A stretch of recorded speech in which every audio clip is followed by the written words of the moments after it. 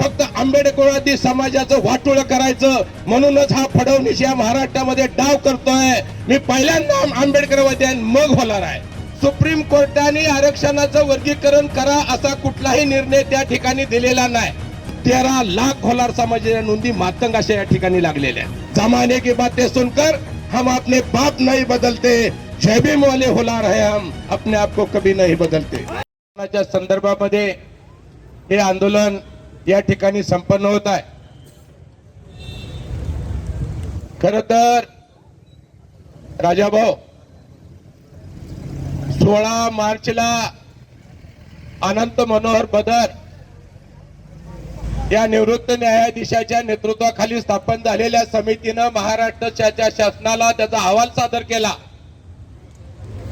आणि लगेचच महाराष्ट्रातल्या होलार समाजानं जितेंद्र बनसोडेंना माहित आहे की पंढरपूरला 2000 लोकांची होलार समाजाची परिषद घेतली आणि या आरक्षणाच्या उपवर्गीकरणाला महाराष्ट्रामध्ये पहिला विरोध हा होलार समाजाने या ठिकाणी केलेला। हे आंदोलन या ठिकाणी होत असताना आम्ही राजाभाऊंना सांगितलं की राजाभाऊ आपण जिल्ह्यातल्या मोठ्या संख्येने लोक आपण या ठिकाणी आणून हे आंदोलन करूया। राजाभाऊंनी सांगितलं की महाराष्ट्रातल्या 36 जिल्ह्यामध्ये पक्षाच्या वतीने आपण आंदोलन करतोय, फक्त रिपब्लिकन पक्षाचे प्रमुख पदाधिकारी घेऊनच आपण या ठिकाणी आंदोलन करूया आणि रिपब्लिकन पक्षाच्या फक्त प्रमुख कार्यकर्त्यालाच या ठिकाणी बोलवण्यात आलेला आहे। जिल्ह्यातले जर सगळेच कार्यकर्ते या ठिकाणी बोलवले असते तर सोलापूरमध्ये महापूर आला असता अशी परिस्थिती या ठिकाणी निर्माण झाली असती। आरक्षणाच्या उपवर्गीकरणाला आपण सर्वजण या ठिकाणी विरोध करत असताना मी या विचारपीठावरून आपल्याला एवढंच सांगेन की बाबासाहेब आंबेडकरांनी भारतीय राज्यघटना आणि संविधान हे देशाला अर्पण करताना जातीला आरक्षण देण्याची भूमिका या ठिकाणी अजिबात घेतलेली नाही। कुठल्याही एका जातीला जात म्हणून स्वतंत्र आरक्षण देता येणार नाही आणि अशी तरतूद बाबासाहेब आंबेडकरांनी भारतीय संविधानामध्ये या ठिकाणी निर्माण केलेली आहे।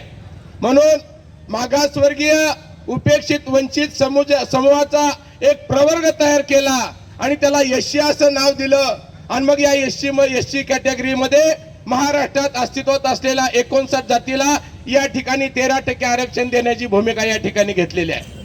चर्चा अशी होती, सुप्रीम कोर्टाने या ठिकाणी हा निर्णय दिलेला आहे। मी आपल्याला एवढंच विनंती करीन, सुप्रीम कोर्टाने आरक्षणाचं वर्गीकरण करा असा कुठलाही निर्णय त्या ठिकाणी दिलेला नाही। फक्त राज्याच्या शासनाला ते त्या ठिकाणी त्यांनी ते अधिकार दिलेले आहे, त्यांनी सूचना केलेली आहे की राज्य शासनाला जर आवश्यक वाटलं तर ते राज्य शासन या ठिकाणी करू शकतो।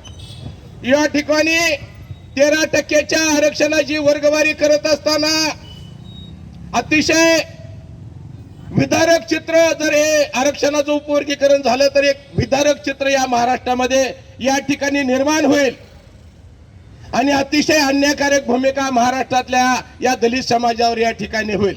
राजाभाऊ, मी आपल्याला सांगतो, आपण राज्याचा अध्यक्ष आहे, आम्हाला सांभाळायची भूमिका तुम्ही घेतली पाहिजे। या ठिकाणी जर आरक्षणाचं उपवर्गीकरण झालं तर 2011च्या जनगणनेप्रमाणे महाराष्ट्रामध्ये महारांची नाच्या बौद्धांची लोकसंख्या 60% आहे, 60%, आणि 60% महारांना आजच्या बौद्धांना जर आरक्षण देण्याची भूमिका या ठिकाणी शासनाने घेतली तर 60% बौद्धांना राजाभाऊ 7.5% आरक्षण या ठिकाणी मिळत आहे। 8.5%, 8% आरक्षण या ठिकाणी मिळत आहे। मग 19% मातंग समाज तुमच्या खालोखाल आहे, 19% मातंग समाजाला 2.5% आरक्षण मिळेल। मग चर्मकार त्यानंतर 3 नंबरला आहे, मग त्या 10% चर्मकार या ठिकाणी महाराष्ट्रामध्ये अस्तित्वात आहे, मग त्याला वेगळं 1.5% आरक्षण मिळेल।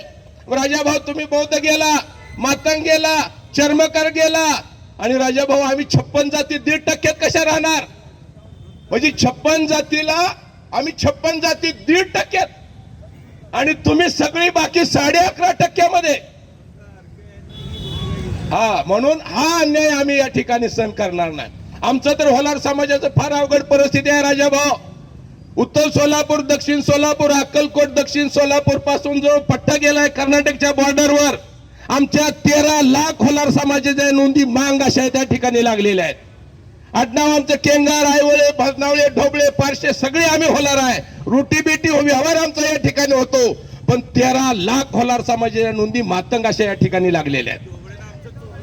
अहो ढोबळे आमचाच आहे, चोरलं नाही, ढोबळे आमचाच आहे. ढोबळ्याची जात चुकीची लागलेली आहे. त्यामुळं आमचं म्हणणं आहे महाराष्ट्र शासनाला तुमच्या मार्फत राजाभाऊ, आठवले साहेब केंद्रात मंत्री आहेत. आठवले साहेबाशिवाय दुसरा कुठलाही नेता या ठिकाणी आम्हाला समजू शकत नाही. फक्त आठवले साहेब आणि रिपब्लिकन पक्षामध्ये दानत आहे की 56 जातीला या ठिकाणी तुम्ही या ठिकाणी सांभाळण्याची भूमिका या ठिकाणी घेताय. 2011च्या जनगणनेनं राजाभाऊ तुम्हाला गंभीरपणे सांगतोय की मी ज्या लोकसभा मतदारसंघात राहतोय माडा 1,10,000 होलार समाजाचं मतदान आहे आणि महाराष्ट्र शासनाच्या 2011च्या जनगणनेमध्ये 1,08,908 आम्हाला या ठिकाणी दाखवलेलं आहे. आम्ही -0.82 या ठिकाणी आहे. जर स्वतंत्र आरक्षण दिलं तर तुमचं भलं होईल, पण माझी पिढी उभा राहायला 200 वर्ष माझ्या पिढीला या ठिकाणी संघर्ष करावा लागेल. त्यामुळं हे सगळं सांभाळण्याची भूमिका या ठिकाणी घेतली पाहिजे. मी मातंग समाजाला नावं ठेवण्यासाठी हे कार्यक्रम या ठिकाणी घेतलेला नाही. मातंग समाजाला आपला विरोध नाही. 4 परिषदा होलार समाजाच्या आम्ही महाराष्ट्रामध्ये घेतल्या. मराठवाड्यातल्या अनेक लोकांची मातंग समाजाची भूमिका आरक्षणाच्या उपवर्गीकरणाच्या विरोधामध्ये आहे. अनेक शिकलेली मंडळी मातंग समाजाची या ठिकाणी आहे. आरक्षणाच्या उपवर्गीकरणाच्या विरोधामध्ये या ठिकाणी भूमिका आहे. काय आरएसएसचे जे एजंट आहेत, आरएसएसने पैसे देऊन उभा केलेली जी काय माणसं आहेत, ही माणसं या ठिकाणी आरक्षणाच्या वर्गीकरणाच्या संदर्भामध्ये या ठिकाणी भूमिका घेत आहेत. आम्ही सुद्धा या ठिकाणी फडणवीस साहेबांना आम्ही सुद्धा भेटलो, विनंती केली की तुम्ही या ठिकाणी गडबड करू नका, जातीमध्ये भांडण लावू नका. एसटीचा समूह जर या ठिकाणी उद्ध्वस्त झाला तर आंबेडकरी विचारधारा या ठिकाणी उद्ध्वस्त होईल आणि ही तुमचा डाव या ठिकाणी महाराष्ट्राला हा परवडणारा डाव नाही. म्हणून या विचारपीठाच्या माध्यमातून आरपीआयच्या माध्यमातून मी आरपीआयचा राज्य कमिटीचा पदाधिकारी आहे. मी पहिल्यांदा आंबेडकरवादी आणि मग होणार आहे हे या ठिकाणी आम्ही आवर्जून या ठिकाणी सांगतो. जमाने की बातें सुनकर हम अपने बाप नहीं बदलते, जय भीम वाले होलार है हम अपने आप को कभी नहीं बदलते. त्यामुळं मी आपल्याला एवढीच विनंती करतो, अधिक वेळ या ठिकाणी मी घेणार नाही, पण आरक्षणाचं उपवर्गीकरण कुठल्याही परिस्थितीमध्ये या राज्याच्या शासनाने केलं नाही पाहिजे. राजाभाऊ आपण आठवले साहेबांच्या नेतृत्वाखाली भेटा. जी अनंत मनोहर बदर नावाची एक सदस्य समिती झाली, या समितीचा अहवाल शासनानं आतापर्यंत महाराष्ट्राच्या जनतेसमोर मांडलेला नाही. इंदिरा अस्वार नावाची एक मातंग समाजाची महिला याचं सचिव म्हणून घेतली आणि बाकीच्या या ठिकाणी 58 जातीला कुठल्याही प्रकारचं या ठिकाणी प्रतिनिधित्व दिलेलं नाही. बाकीच्या समाजाला विचारण्याची या ठिकाणी भूमिका घेतलेली नाही. सगळ्या समाजाला अंधारात ठेवून फक्त आंबेडकरवादी समाजाचं वाटोळं करायचं, म्हणूनच हा फडणवीस या महाराष्ट्रामध्ये डाव करतोय. त्यामुळे हा फडणवीसचा डाव आपल्या आंबेडकरी चळवळीला या ठिकाणी उद्ध्वस्त करायचा आहे. मी आपल्याला एवढं सांगतो, आपले नेते रामदासजी आठवले केंद्रामध्ये मंत्री आहेत, पण आम्ही तुम्हाला सांगतो आठवले साहेब आहेत म्हणून आम्ही या ठिकाणी शांत आहे.